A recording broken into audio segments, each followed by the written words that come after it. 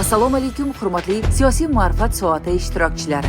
Bugungi o'quv soatida yurtimizda hamda xorijda ro'y berayotgan ahamiyatga molik voqealar tafsiloti hamda ma'naviy ma'rifiy video lavhalar namoyishi e'tiboringizga havola etiladi.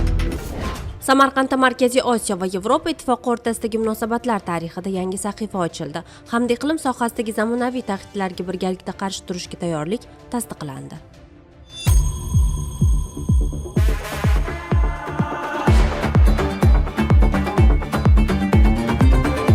На протяжении многих столетий этот прославленный город, расположенный на перекрестке главных дорог Великого Шелкового пути, был важным центром диалога цивилизации, дипломатического, торгового и культурного обмена между Востоком и Западом. С удовлетворением хочу подчеркнуть, что наши отношения, имеющие глубокие корни, динамично развиваются и укрепляются в современных условиях.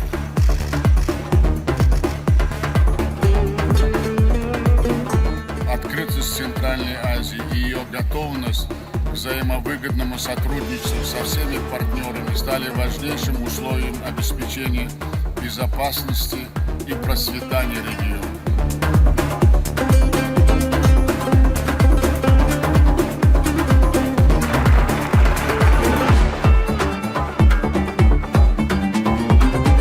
Сердечно приветствую всех вас на нашей конференции, посвященной главному вызову современности – глобальным изменениям климата.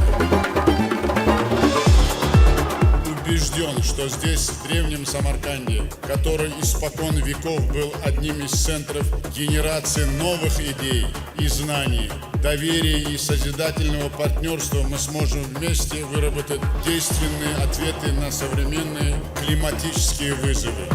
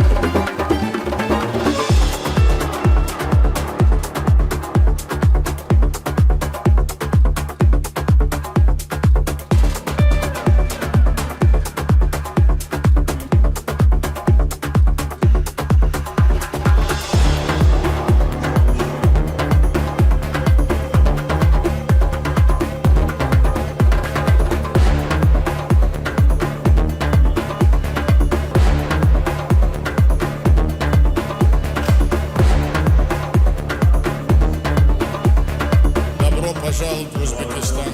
Samarqandga xush kelibsiz. 5 aprel kuni O'zbekiston Respublikasi Prezidenti Shavkat Mirziyoyev Ozarbayjon Respublikasi Prezidenti Ilhom Aliyev bilan telefon orqali muloqot qildi. Davlat rahbarlari ikki va ko'p tomonlama kun tartibidagi dolzarb masalalarni muhokama qildilar. Savdo-iqtisodiy, investitsiyaviy va gumanitar sohalardagi kooperatsiya loyihalari va dasturlarni amalga oshirishni jadallashtirishga alohida e'tibor qaratildi. 7 aprel kuni davlatimiz rahbari Parlamentlararo ittifoqning 150-yubiley assambleyasida ishtirok etdi va nutq so'zladi. Parlamentlararo ittifoqning 150-yubiley assambleyasi O'zbekistonda o'tkazilayotgani, yurtimizda olib borilayotgan keng ko'lamli demokratik islohotlar, parlamentarizm va vakillik hokimiyatini rivojlantirish borasida erishilayotgan katta natijalarning e'tirofidir. Unda 140 davlatdan 2000 ga yaqin delegat qatnashdi. 9 aprel kuni Prezident Shavkat Mirziyoyev shaharsozlik renovatsiyasining huquqiy asoslarini belgilash bo'yicha takliflar taqdimoti bilan tanishdi. Davlatimiz rahbari bunday loyihalarni avvalo u yerda yashovchilarning manfaatlarini hisobga olgan holda tizimli va adolatli amalga oshirish zarurligini ta'kidladi. Shu maqsadda mutasaddilar, tuman hokimlari va ularning tegishli o'rinbosarlari renovatsiya tartib-qoidalari va ishni to'g'ri tashkil qilish choralari bo'yicha qo'shimcha o'qitilishi aytildi. Shu kuni Prezident Shavkat Mirziyoyev raisligida hududlarni turizm salohiyatini oshirish, xorijiy investitsiya loyihalarini jadallashtirish masalalari muhokamasi bo'yicha videoselektor yig'ilishi o'tkazildi. Boy tarixiy madaniy merosimiz, go'zal va betakror tabiatimiz sayyohlarni 2-3 karra oshirishga yetadi, deya ta'kidladi davlatimiz rahbari. O'zbekistonda Koreya Respublikasi bilan hamkorlikda yosh liderlar qo'shma ta'lim dasturi ish boshladi. Dastur O'zbekiston Respublikasi Prezidenti huzuridagi Davlat xizmatini rivojlantirish agentligi, Koreya xalqaro hamkorlik agentligi va Koreya Respublikasi Inson resurslarini rivojlantirish milliy instituti hamkorligi doirasida Davlat boshqaruvi akademiyasida amalga oshirilmoqda. Yosh liderlar qo'shma ta'lim dasturi eng avvalo zamonaviy sharoitlarda boshqaruv kadrlarining kasbiy bilim va ko'nikmalariga qo'yilayotgan talablarni hisobga olgan holda yosh rahbar kadrlarning boshqaruv salohiyatini oshirish, professional kompetensiyalarini rivojlantirishni maqsad qilib olgan. Berlin shahrida birinchi vatandoshlar mintaqaviy forumi o'tkazildi. O'zbekiston Respublikasi Prezidentining tegishli qarori va belgilangan vazifalar ijrosini ta'minlash maqsadida Toshkent shahar hokimligi, Toshkent shahar kambag'allikni qisqartirish va bandlik bosh boshqarmasi, Yoshlar ishlari agentligi hamda bosh mutasaddi tashkilotlar hamkorligida oliy ta'lim muassasalari talabalari va bitiruvchilari uchun bo'sh ish o'rinlari yarmarkasi tashkil etiladi. Yarmarka joriy yilning 17-aprel kuni O'zbekiston Davlat jahon tillari universitetida tashkil etilishi rejalashtirilmoqda. Xalq nazorati portalining 4-aprel holatiga ko'ra yil boshidan beri 14422 ta, o'tgan hafta davomida esa 997 ta murojaat kelib tushgan. Murojaatlarning asosiy qismi uy-joy kommunal xizmatlariga taalluqli bo'lib qolmoqda. Professiya grafik tahlil davlat idoralari samaradorligini oshirishning muhim usulidir. 10-aprel kuni Davlat xizmatini rivojlantirish agentligi JHZning samarali davlat boshqaruv loyihasi doirasida Latviya Moliya va shartnomalar agentligi hamkorligida davlat fuqarolik xizmatidagi ish o'rinlarini tasniflash va baholash tizimini takomillashtirish mavzusida xorijiy ekspertlar, vazirlik va idoralarning HR bo'linmalari mas'ullari ishtirokida seminar tashkil etildi.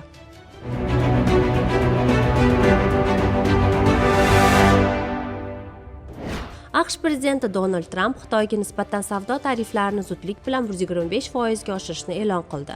Boshqa barcha mamlakatlar uchun bojlarni joriy etish 90 kunga to'xtatildi.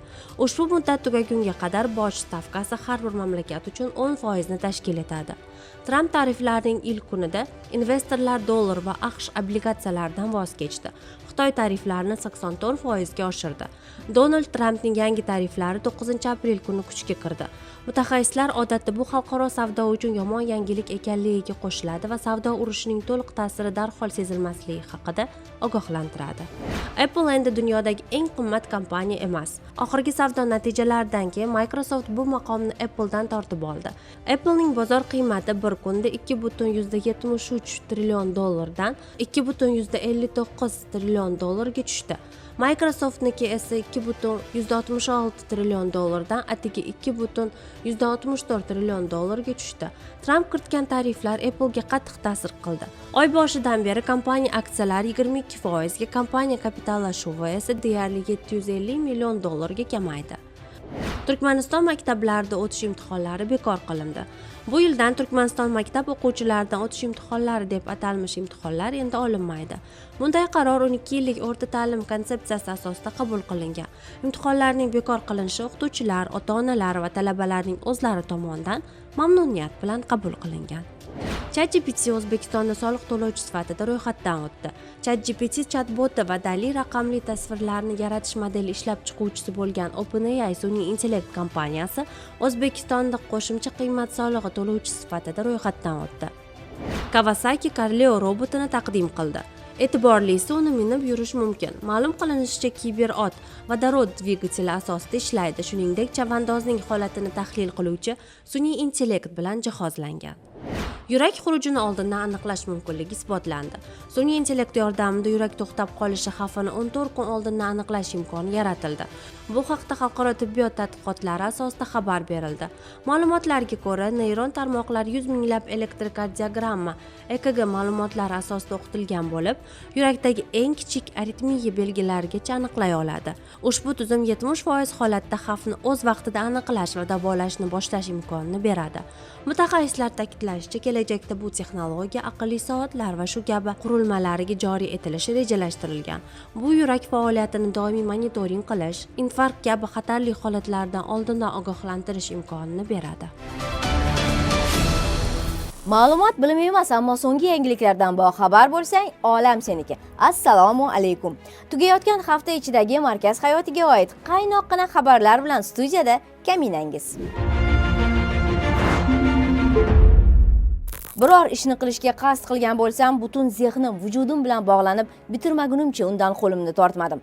G'oyalarni loyihaga aylantirib, hayotga tatbiq etishga yaxshi motivatsiya. Bobomiz Amir Temurning bunday ibratli so'zlari bisyor. Bu yil buyuk imperiyaga asos solgan 7 iqlimga ma'lum va mashhur Temur bobomizning 689 yilligi nishonlanyapti. Respublika Ma'naviyat va ma'rifat markazi jamoasi Amir Temur xiyobonida buyuk sarkarda haykali poyiga gul qo'yishdi. Bobomiz munosib yod etildi.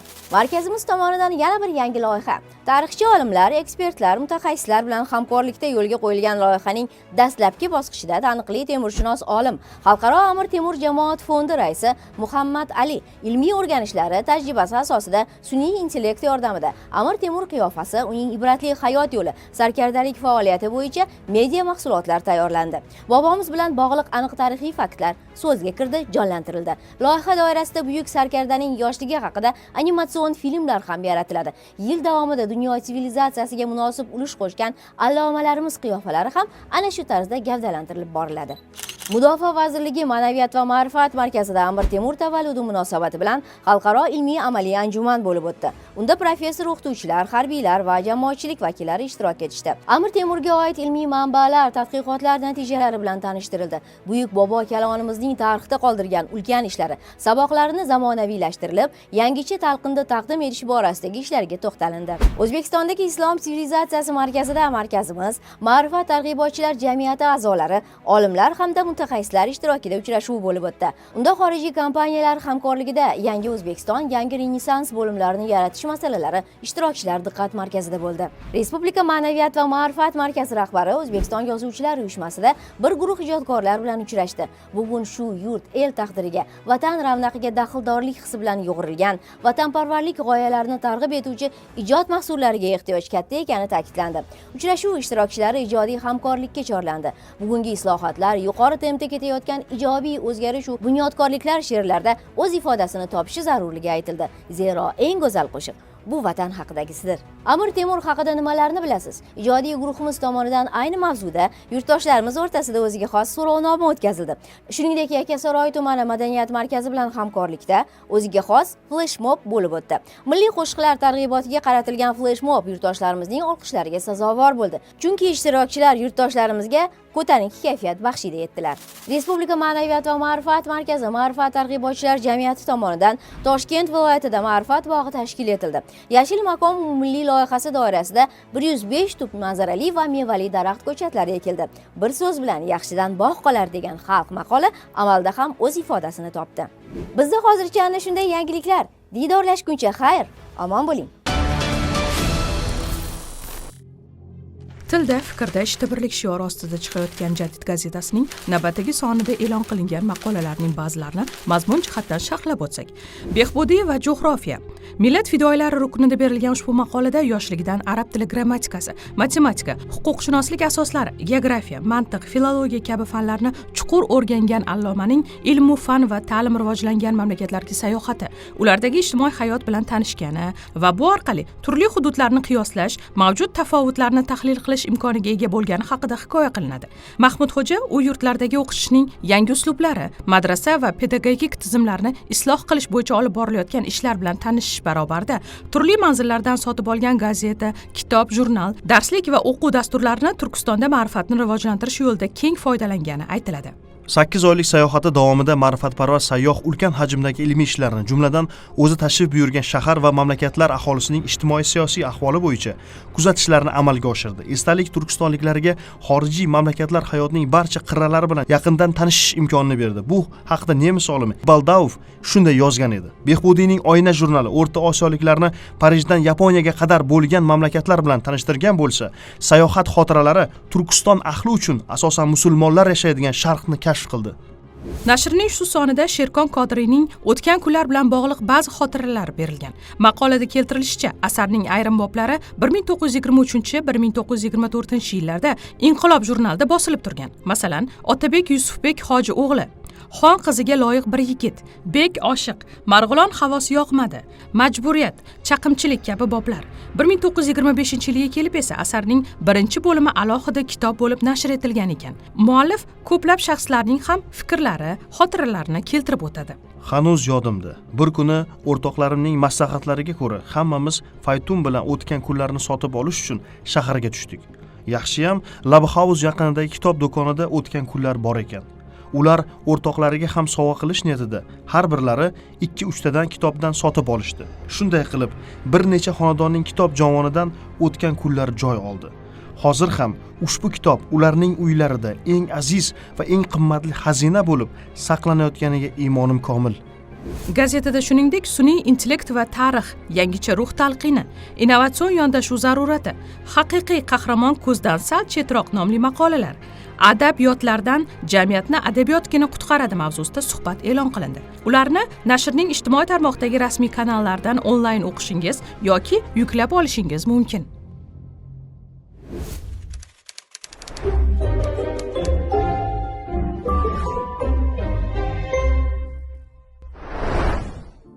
Birinchi o'zbek romani bu o'tgan kunlar 1923-yilda yozilgan bo'lsa, 25-26-yillarda alohida kitob shaklida nashr qilingan bo'lsa, bir asr davomida o'qilmoqda. Muhtaram tomoshabin, o'tgan kunlar kitobini o'qimagan birorta o'zbek xonadonini men tasavvur qila olmayman. Chunki o'tgan kunlarning kino talqini bilan o'tgan kunlarning kitob shaklidagi matni orasida ancha juda katta farq bor. O'tgan kunlarni nima uchun o'qishimiz kerak? Birinchi navbatda Abdulla Qodiriy o'zi aytmoqchi, bu o'zbeklar tarixidan olib yozilgan roman. Bundan 100 yil, 200 yil muqaddam o'zbeklar tarixini bilish uchun, anglash uchun, urf-odatlari qanday ekanligini bilish uchun buni o'qish kerak. Qolaversa, yosh yigit qizlar, 16, 17, 20 yoshdagi yigit qizlar o'tgan kunlarni ishq romani, muhabbat romani, ishq tarixi sifatida mutolaa qilishadi. Uning qahramonlarini muhtaram azizlar, mendan ko'ra yaxshiroq bilasiz. Otabek, Kumush, Zaynab va bular o'rtasidagi sarguzashtlar, bularning boshidan kechirgan ishq tarixlari va ayni damda bu yerda hayot qaynab yotibdi. Bizning tasavvurimizga o'sha tarix paydo bo'ladi, bizning urf-odatlarimiz paydo bo'ladi. Abdulla Qodiriy o'zi bu asarni 5 marta o'qish kerak deydi. O'tgan kunlarni bir marta o'qigan o'quvchi uni qayta o'qishga, uni qayta mutolaaga o'zida albatta ehtiyoj sezadi.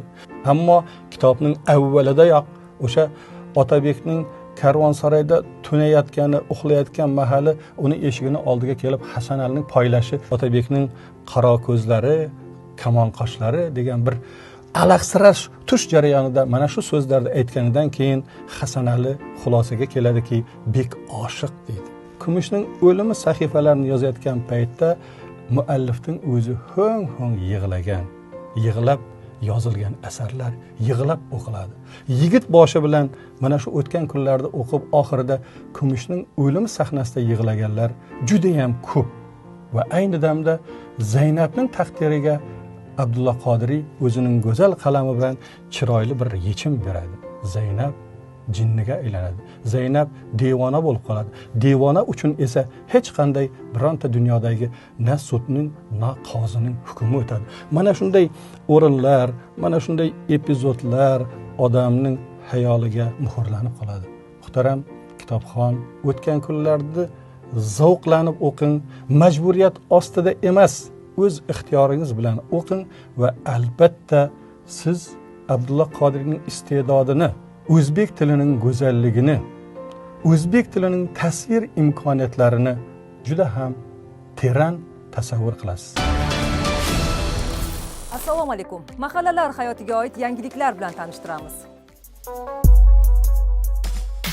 O'zbekiston va Qirg'iziston so'nggi yillarda ikki mamlakat o'rtasidagi munosabatlar formati kengaymoqda. Siyosiy, savdo-iqtisodiy, transport, logistika, madaniy-gumanitar sohalarda aloqalar kengayapti.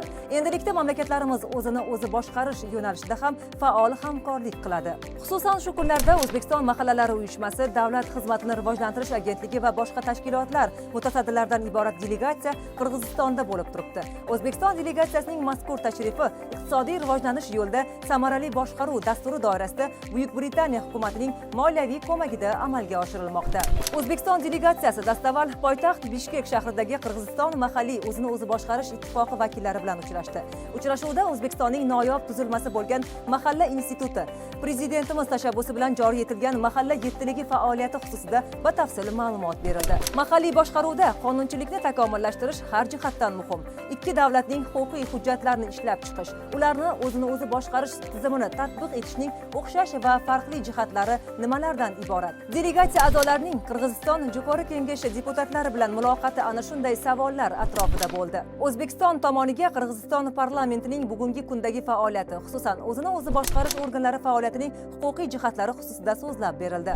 O'zbekiston delegatsiyasi Qirg'iziston Respublikasi Vazirlar Mahkamasi huzuridagi Davlat xizmati va mahalliy o'zini o'zi boshqarish agentligida bo'ldi. Uchrashuvda O'zbekiston mahallalari uyushmasi va Qirg'iziston mahalliy o'zini o'zi boshqarish ittifoqi o'rtasida hamkorlik memorandumi imzolandi. O'zbekiston delegatsiyasining Qirg'iz Respublikasiga tashrifi davom etmoqda. Birlashgan Millatlar Tashkiloti Taraqqiyot dasturining Yevropa va Mustaqil Davlatlar hamdo'stligi mintaqaviy direktori Ivana Jivkovich O'zbekiston mahallalari uyushmasida bo'lib, uyushma raisi Qahramon Xuromboyev bilan uchrashdi. Ta'kidlash lozimki, o'tgan yilning noyabr oyida BMT Taraqqiyot dasturining O'zbekistondagi vakolatxonasi bilan hamkorlik memorandumi imzolangan. Hamkorlik doirasida bugungi kunga qadar qator ijobiy ishlar amalga oshirilganligi uchrashuv davomida mehmonlar tomonidan alohida e'tirof etildi. Suhbat davomida mahalla yettiligi faoliyati, mahalla servis kompaniyalari hamda bugungi kunda aholi muammolarini mahallaning o'zida hal etish tizimi yaratilganligi to'g'risida batafsil ma'lumotlar berildi.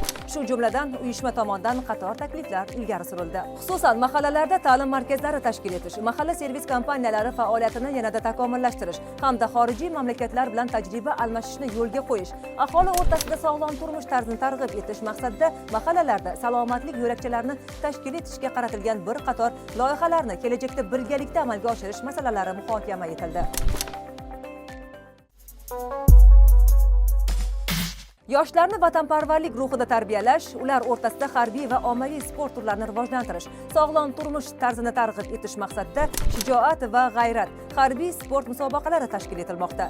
Musobaqalar mahalla, tuman, shahar, hudud respublika bosqichida 7 ta shart asosida o'tkaziladi. Turnikda tortilish, orqa bilan yotgan holatda tanani ko'tarish, ya'ni press, o'quv qo'l granatasini uzoqlikka uloqtirish, uzoq masofaga yugurish, qisqa masofaga yugurish, AK-74 noto'g'ri qismlarga ajratish va yig'ish, meganlar bellashuvi, ya'ni pnevmatik quroldan o'q uzish.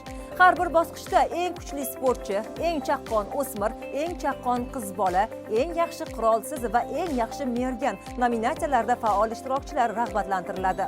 Yana bir ajoyib imkoniyat. Musobaqa davomida eng yuqori ko'rsatkichlarga erishgan jamoa a'zolariga oliy harbiy va harbiylashtirilgan oliy ta'lim muassasalariga kirish uchun tavsiyanomalar beriladi. Shuningdek, respublika final bosqichi g'oliblari mahallalariga birinchi o'rin uchun universal sport maydonchasi, ikkinchi o'rin uchun street workout maydonchasi, uchinchi o'rin uchun workout maydonchasi qurib beriladi. Shijoat va g'ayrat harbiy sport musobaqalarida faol ishtirok eting va o'z imkoniyatlaringizni sinovdan o'tkazing.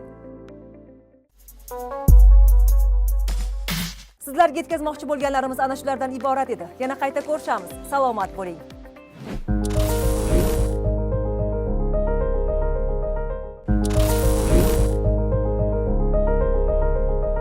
Yiliga 6 milliondan ortiq tashrif buyuruvchi, 8 milliondan ortiq eksponatlar va 2 million yillik tarix. Bularning barchasi kirish mutlaqo tekin bo'lgan birgina tom ostida. Londonda joylashgan Britaniya muzeyi. Bu insoniyat tarixining eng boy va eng qadimiy izlarini saqlagan maskan. Britaniya muzeyi 1753-yilda tashkil etilib, 1759-yil rasman ochilgan va dunyodagi birinchi milliy ommaviy muzeyga aylantirilgan. Bugungi kunda muzeyda 8 milliondan ziyod artefakt mavjud. Ulardan faqat 80 mingga yaqini doimiy ekspozitsiyada namoyish etilgan. Eng mashhur eksponatlardan biri bu rozet bitik tosh hisoblanadi. Bu tosh miloddan avvalgi 196-yilga oid bo'lib, qadimgi Misr ierogliflarini o'qish uchun kalit bo'lgan. Shuningdek, Afina shahridagi qadimgi Parfenon ibodatxonasidan olib kelingan marmar haykallar, 3000 yildan ortiq davrni qamrab olgan mumiyolangan jasadlar va ularning dafn etish an'analari, miloddan avvalgi 7-asrga oid qadimgi Ninevadan topilgan devor relyeflari, Benin bronz bronzalari, Rim mozaikalari, Osiyo va islom dunyosiga oid minglab yodgorliklar hamda 1,5 million yil ilgari yashab o'tgan inson suyaklari muzey ekspozitsiyalaridan o'rin olgan. Bino maydoni 92 ming kvadrat metrni tashkil qiladi. 2024-yilgi ma'lumotlarga ko'ra, yillik tashrifchilar soni 6,7 millionga yetgan va muzeyda 1000 dan ortiq xodim xizmat qiladi. 4 ta ilmiy laboratoriya va 11 ta asosiy galereya mavjud. Bu yerda har kuni o'rtacha 18 ming kishi tashrif buyuradi. Eng asosiysi, muzeyga kirish mutlaqo bepul. Muzey 100 dan ortiq mamlakat bilan ilmiy va madaniy hamkorlikda ishlaydi. Yiliga 2000 dan ortiq tadqiqotlar, ko'rgazmalar va ta'limiy dasturlar o'tkaziladi. Muzey kolleksiyasining 4 milliondan ortig'i onlayn katalogga kiritilgan. Bu dunyodagi eng yirik raqamli madaniy arxivlardan biridir. Britaniya muzeyi bu oddiy eksponatlar ombori emas. Bu joy insoniyat tafakkuri, madaniyati va sivilizatsiyasining yirik sahifalarini saqlovchi muqaddas manbadir. Bu yerda qadimgi Misrdan tortib zamonaviy Osiyogacha bo'lgan tarix sizga ovozsiz hikoya qiladi.